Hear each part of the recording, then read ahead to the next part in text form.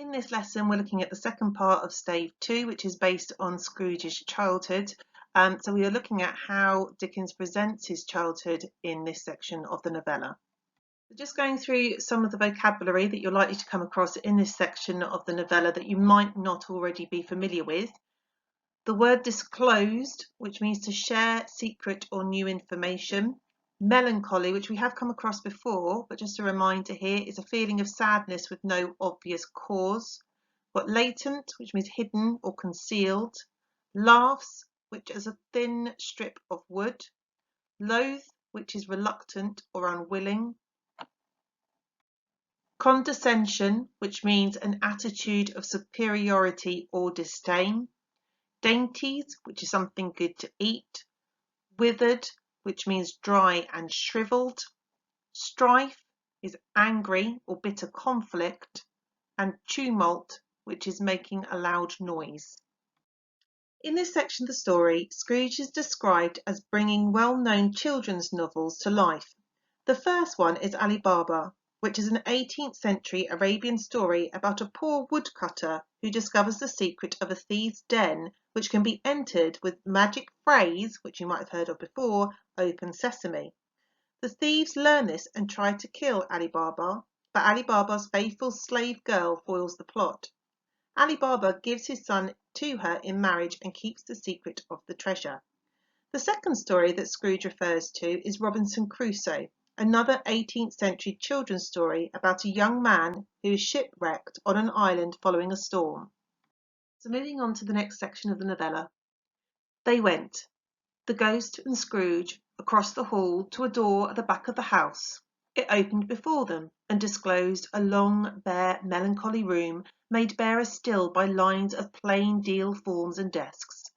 At one of these a lonely boy was reading near a feeble fire, and Scrooge sat down upon a form and wept to see his poor, forgotten self as he used to be. Not a latent echo in the house, not a squeak and scuffle from the mice behind the panelling, not a drip from the half-thawed water-spout in the dull yard behind, not a sigh among the leafless boughs of one despondent poplar, not the idle swinging of an empty storehouse door, no, not a clicking in the fire that fell upon the heart of Scrooge with a softening influence, and gave a freer passage to his tears. The spirit touched him on the arm and pointed to his younger self, intent upon his reading. Suddenly, a man, in foreign garments, wonderfully real and distinct to look at, stood outside the window with an axe stuck in his belt, and leading by the bridle an ass laden with wood. "Why, it's Ali Baba!" Scrooge exclaimed in ecstasy. "It's dear old honest Ali Baba. Yes, yes, I know. One Christmas time, when yonder solitary child was left here all alone, he did come, for the first time, just like that. Poor boy." "And Valentine," said Scrooge, "and his wild brother Orson. There you go. And what's his name, who was put down in his drawers asleep at the gate of Damascus. Don't you see him? And the Sultan's groom turned upside down by the genie. There he is upon his head. Serves him right. I'm glad of it. What business had he to be married to the princess?" Just a quick recap on what's happened so far. The ghost of Christmas Present has visited Scrooge and taken him back to his childhood. In the last section, we learnt that Scrooge is alone in a poverty-stricken house during Christmas time. This is in direct contrast to the cheerful, busy activities which are taking place outside. In this opening paragraph, Dickens puts further emphasis on how alone Scrooge is. He uses adjectives such as melancholy and lonely. Scrooge is visibly moved and upset by his childhood. In the next paragraph, his loneliness is emphasised further by describing how he doesn't even have sounds to accompany him, which suggests he is totally isolated. In the third paragraph, Dickens creates a dreamlike sequence where the story of Ali Baba, which the young Dickens is reading, is brought to life. To hear Scrooge expending all the earnestness of his nature on such subjects, in a most extraordinary voice between laughing and crying, and to see his heightened and excited face, would have been a surprise to his business friends in the city indeed. "There's the parrot!" cried Scrooge. "Green body and yellow tail, with a thing like lettuce growing out the top of his head. There he is! Poor Robin Crusoe, he called him, when he came home again after sailing around the island. Poor Robin Crusoe! Where have you been, Robin Crusoe? The man thought he was dreaming, but he wasn't. It was a parrot, you know. There goes Friday, running for his life to the little creek.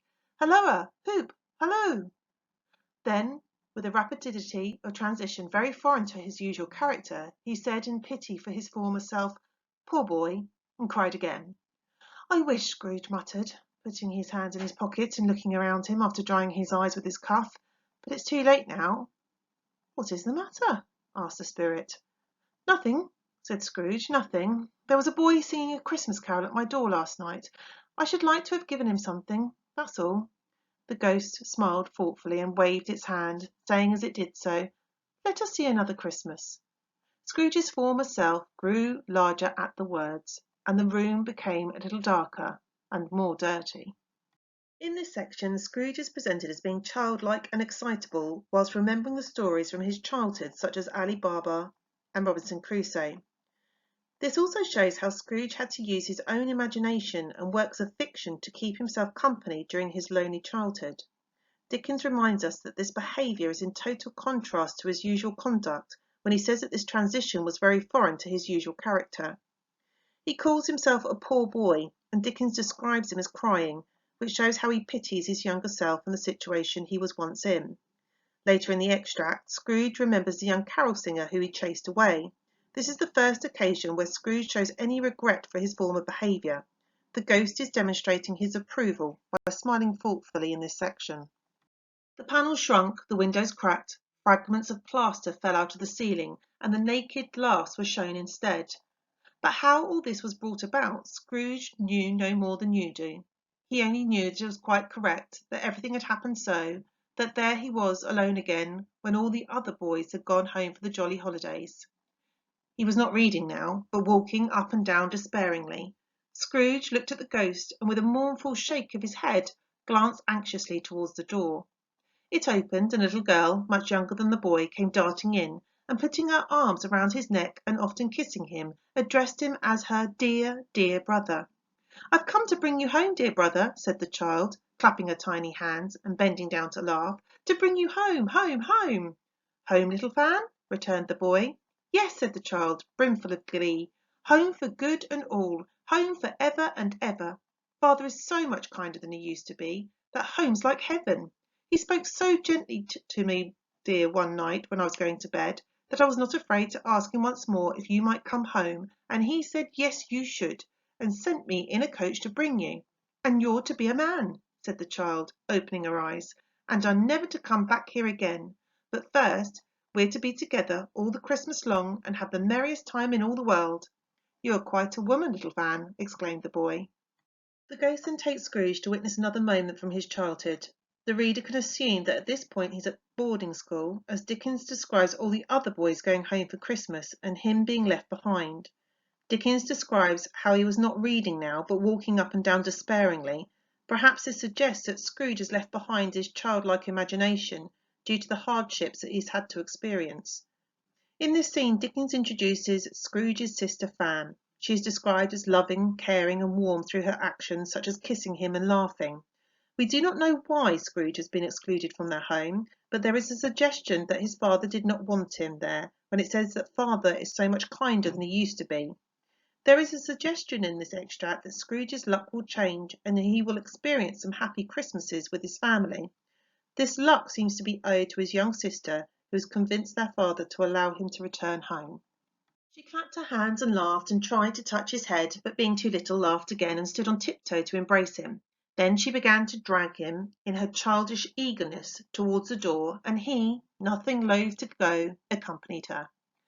A terrible voice in the hall cried, "Bring down Master Scrooge's box there!" And in the hall appeared the schoolmaster himself, who glared on Master Scrooge with a ferocious condescension, and threw him into a dreadful state of mind by shaking hands with him. He then conveyed him and his sister into the veriest old well of a shivering best parlour that ever was seen, where the maps upon the wall and the celestial and terrestrial globes in the window were waxy with cold.